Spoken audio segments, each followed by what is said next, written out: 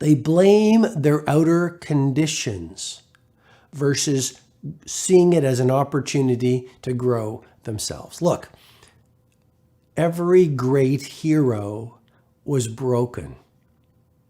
Now, if you were to look at Nelson Mandela, he suffered more than most people.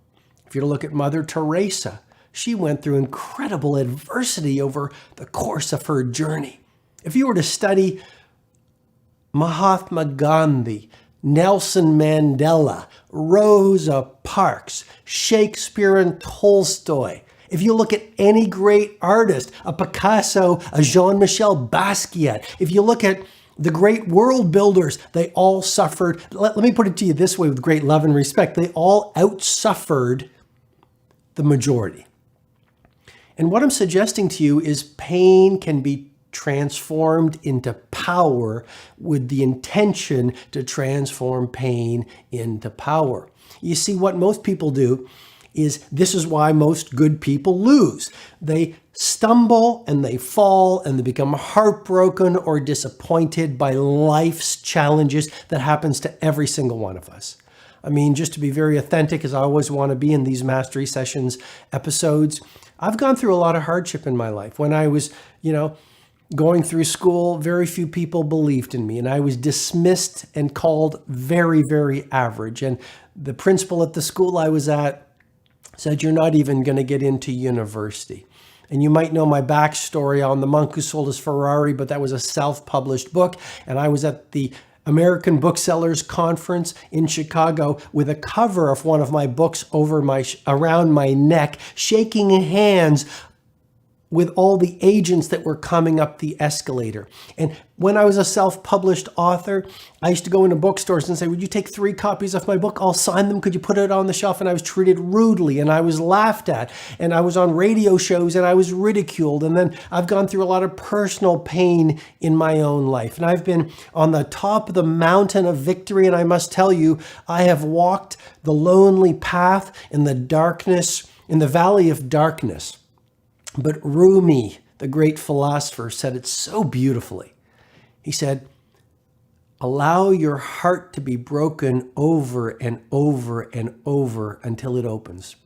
And what I'm suggesting to you is really to dial into this insight. All great heroes have been broken.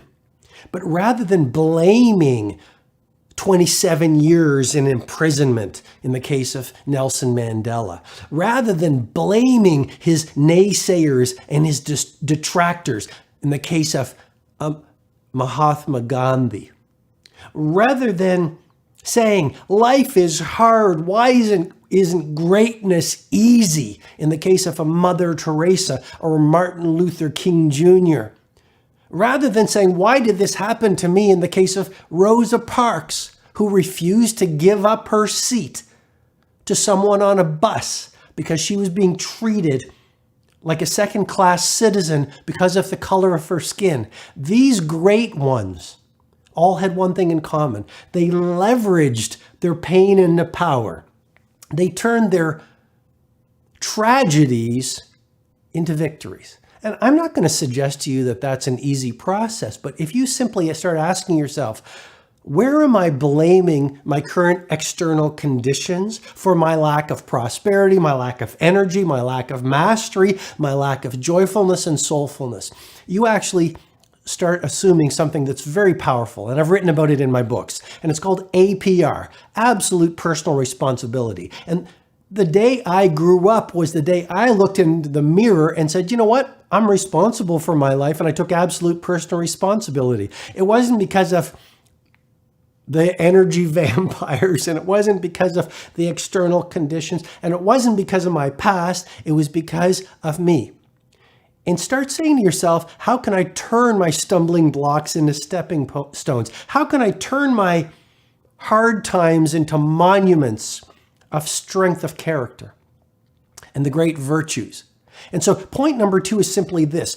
Ordinary people stay stuck because they blame external conditions versus seeing everything that's happened to them as an opportunity for growth. And you see, the 95%, here's the game they play. It's all external.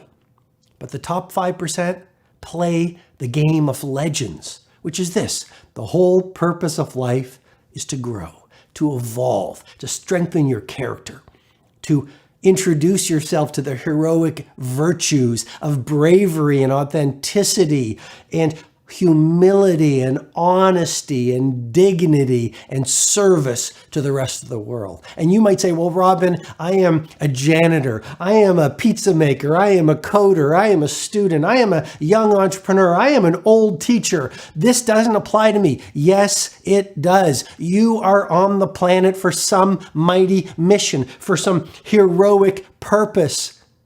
And please don't be seduced by your ego to say, well, I'm just a teacher, I'm just a firefighter, I'm just an entrepreneur, I'm just a manager at a Fortune 500 company. I'm not Nelson Mandela, I'm not Edison, I'm not Beckham, I'm not Federer, I'm not Kanye, I'm not Jay-Z, I'm not Lady Gaga, I'm not Jean-Michel Basquiat. Be great in your own original way. Measure mastery not by what society says you should do, but by how you're living your day, how you're conducting your life, by your integrity, by the quality of your craft, by your service to your family and your marketplace.